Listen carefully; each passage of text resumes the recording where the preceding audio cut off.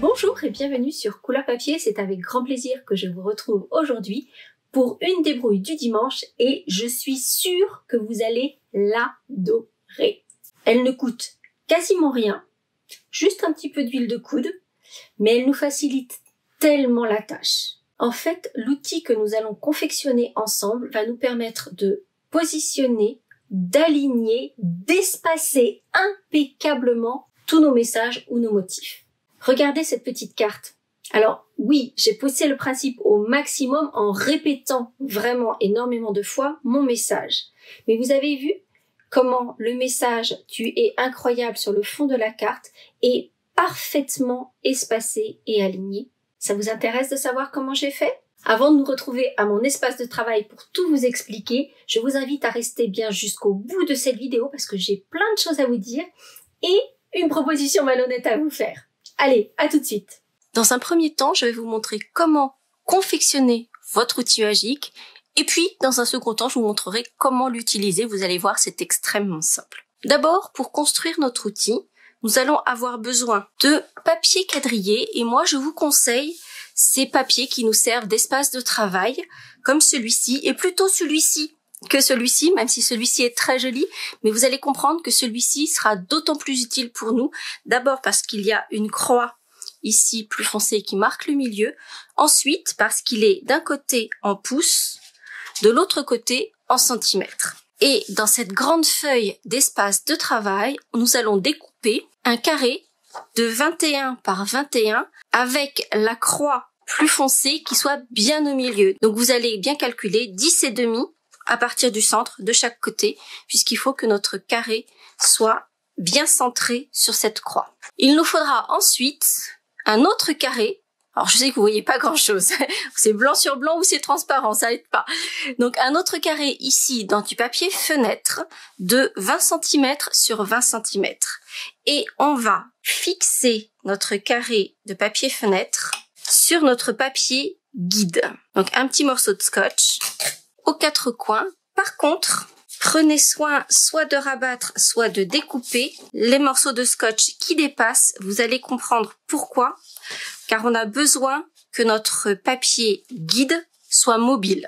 Donc j'ai mon papier guide, mon carré de papier fenêtre fixé dessus. Et en fait, sur ce papier fenêtre, on va dessiner un quadrillage. Mais on va pas dessiner le quadrillage n'importe comment, on va se faire des repères pour que notre outil soit d'autant plus efficace. Donc on sait que là, on a déjà une croix qui va marquer le milieu de notre guide et on va faire des petits repères à 5 cm de part et d'autre de la croix centrale.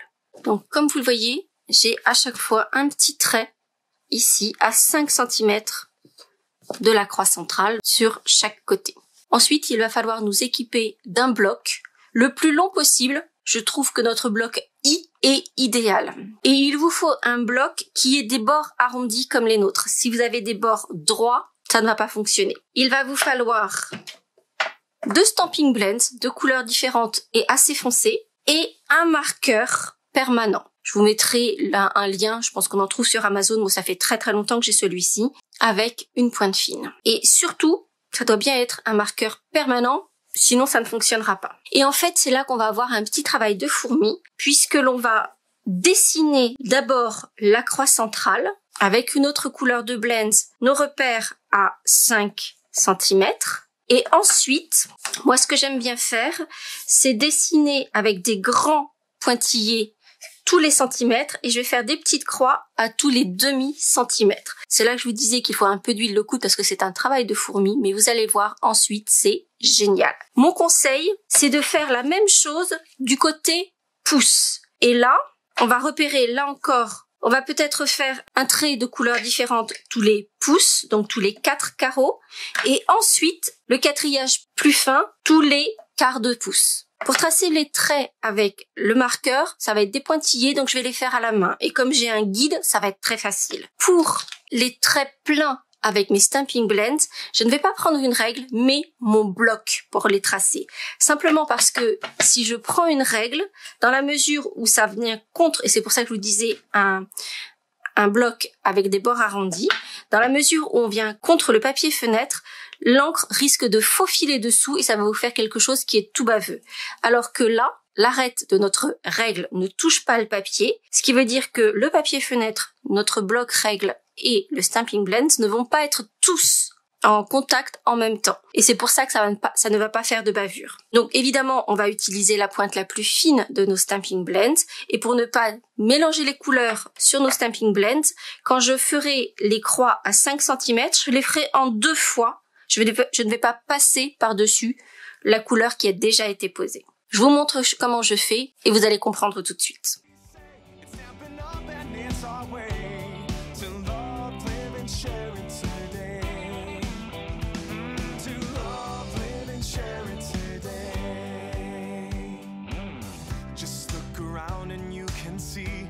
Much more than stamps and ink. It's more than just a card you see. It's part of you, a part of me. It's creativity.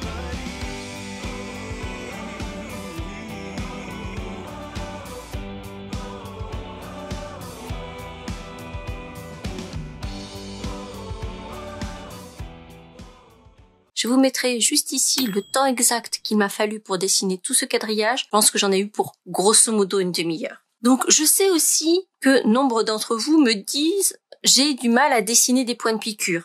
Je peux comprendre. D'ailleurs, j'ai fait une vidéo à ce sujet, je vous la remets juste ici. Mais là, le sujet est complètement différent puisqu'en fait, on va suivre des lignes, les lignes de votre quadrillage qui sont dessous. Donc, on suit un guide, c'est beaucoup plus simple. Ensuite, on n'a plus qu'à détacher notre papier fenêtre de notre guide, ce qui veut dire qu'on a un papier quadrillé qui va nous servir de guide pour tout ce dont on a besoin. Petite astuce supplémentaire, lorsque vous allez dessiner tous vos pointillés, l'humidité, la transpiration sur votre main peut vous ralentir, voire vous empêcher de faire des traits corrects parce que ça va coller sur le papier fenêtre. Dans ce cas-là, prenez un autre petit morceau de papier fenêtre que vous allez placer sous votre main et ainsi ça va glisser sur le papier et ainsi vous allez pouvoir facilement dessiner tous vos petits pointillés. Et voici ma version inch.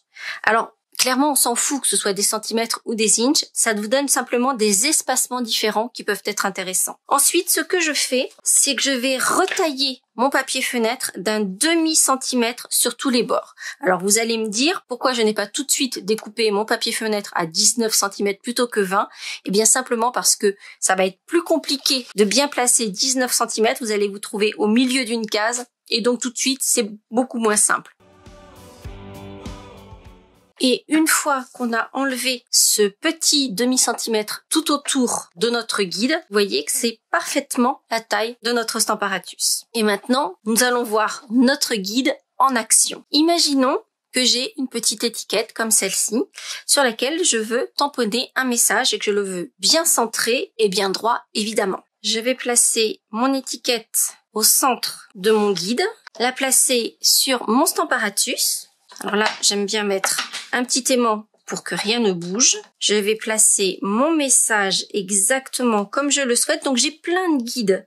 J'ai des lignes horizontales, des lignes verticales. Vous voyez qu'ici, j'ai choisi le guide avec les pouces parce qu'en fait, mon cercle a une mesure pleine en pouces. Donc ça fait juste le bon diamètre. Ça m'est égal de savoir combien de pouces c'est, mais je vois que ça tombe pile poil. Donc ça marche mieux. Je vais pouvoir placer correctement mon message.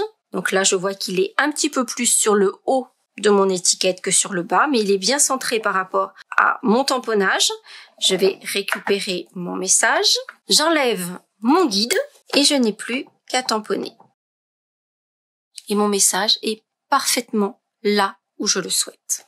Vous vous posez probablement la question à savoir comment j'ai pu répéter ce message "Tu es incroyable" de façon aussi régulière sur mon fond de carte. Eh bien, j'ai pris mon morceau de papier cartonné, je l'ai placé en repérant des lignes dans mon Stamparatus. Pour celui-ci, j'avais pris ma grille en centimètres, parce que là encore, vous allez pouvoir jouer avec tous les espacements. Et puis, j'ai placé mon message. Et vous voyez que là, en fait, ça tombe juste sur une ligne d'1 centimètre, donc c'est parfait. Je n'oublie pas de bien caler pour que rien ne bouge au moment où je récupère mon message.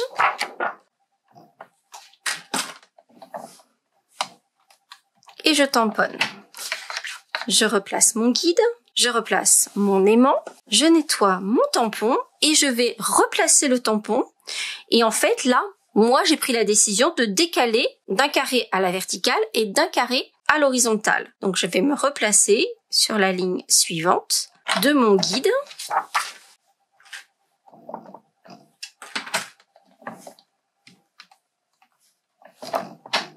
Et j'ai mon second tampon. Et ainsi de suite. You can do most anything, so just do what you love. Live it, share it, you know it's what you're dreaming of. It's what you're dreaming of. What we love, what we do makes a difference in me and you. All these years of inspiration and love. Deux autres petites choses. Quand on fait un travail comme cela assez répétitif, il y a un moment, immanquablement, vous allez tamponner directement sur votre guide. Ça arrivera, c'est sûr. Mais comme vos traits sont faits avec des marqueurs indélébiles, pas de souci, hop, un petit coup de chiffon humide et votre grille n'en est pas abîmée pour autant. Et voyez comme on a un tamponnage extrêmement régulier. En revanche, vous allez voir que forcément, vos traçages ont fait des traces de couleurs sur vos blocs. Pas d'inquiétude, je sais que comme moi, vous aimez avoir votre matériel nickel et pas avec des traces un peu partout. On va simplement prendre du papier absorbant, un peu d'alcool, donc ici c'est de l'alcool médical, et hop, on va passer le chiffon imbibé d'alcool sur les tranches de notre bloc règle et hop, tout va disparaître. C'est d'ailleurs aussi un très bon moyen pour nettoyer vos blocs quand ils sont un peu cracra. En revanche, ne faites pas comme moi, ne mettez pas de l'alcool partout parce que forcément, ça va abîmer votre travail, mais n'en mettez pas non plus sur vos guides parce que là, ça va enlever vos traçages. Restez bien avec moi, j'ai encore plein de choses à vous dire. Alors, est-ce que cet outil magique n'est pas le nouveau meilleur ami de notre Stamparatus? Si vous êtes aussi enthousiaste que moi, n'hésitez pas à exploser le compteur des petits pouces. Et puis cette astuce m'a permis de mettre à l'honneur ce set de tampons, le cœur fort, qui est vraiment magnifique et qui est un peu particulier puisqu'en fait, chaque fois que vous achetez ce set de tampons, 3 € sont reversés à une association dans le monde en faveur de la santé cardiaque. D'ailleurs, jeudi dernier, c'était le Day of Service chez Stampin' Up. Alors vous allez me dire, qu'est-ce que c'est que ça, que le Day of Service? Eh bien en fait, tous les ans, Stampin' Up dédie une journée durant laquelle tous ses salariés sont rémunérés normalement, mais au lieu de faire leur travail habituel, ils vont se mettre au service de personnes, d'associations qui en ont besoin. En l'occurrence, cette année, comme la cause que Stampin' Up a décidé de soutenir est la santé cardiaque, eh bien, certains employés ont marché pour récolter des fonds pour des associations, d'autres ont donné leur sang, d'autres encore ont confectionné des couvertures pour donner à des associations. Et je dois vous avouer que c'est le genre d'action qui me rend fière d'être ambassadrice de cette marque. Mais j'en viens à ma proposition malhonnête, parce que je me doute que vous l'attendez. Est-ce que vous savez que le 2 octobre, c'est notre journée? En effet, c'est la journée mondiale de la carterie. C'est notre journée à nous. Aussi, voici ma proposition. Je vous propose qu'on se retrouve le dimanche 3 en live sur YouTube pour confectionner ce type de carte. Alors celle-ci ou quelque chose de similaire qui sera dans le même esprit et je vous en dévoilerai donc tous les secrets de fabrication. J'ai d'ailleurs aussi une autre idée en tête par rapport à ce live, mais ça je vous en parlerai durant le live. Du coup, dans la liste des cours de l'article d'aujourd'hui, je vous mettrai évidemment tout le matériel que j'ai utilisé pour cette carte-ci, mais aussi des sets alternatifs qui pourront servir également pour ce type de carte, sachant que les propositions alternatives ne sont pas exhaustives. Il y a certainement plein d'autres sets de tampons que vous avez dans vos tiroirs qui pourront servir également. J'espère que ma proposition vous emballe et en attendant, je vous dis à très vite pour de nouvelles aventures créatives. À bientôt! Pour en savoir plus sur ce projet, les dimensions, mais aussi la liste des courses du matériel que j'ai utilisé, rendez-vous sur le blog en cliquant juste là sur la photo. Si ce projet vous a plu et que vous avez envie d'en découvrir d'autres, celui-ci devrait également vous plaire. Et si ce n'est pas déjà fait, n'hésitez pas à vous abonner à ma chaîne en cliquant sur ma bouille. Vous pouvez également activer les notifications en cliquant sur la cloche et ainsi être informé de chaque nouvelle vidéo. Ça ne coûte rien et ça fait plaisir. À bientôt!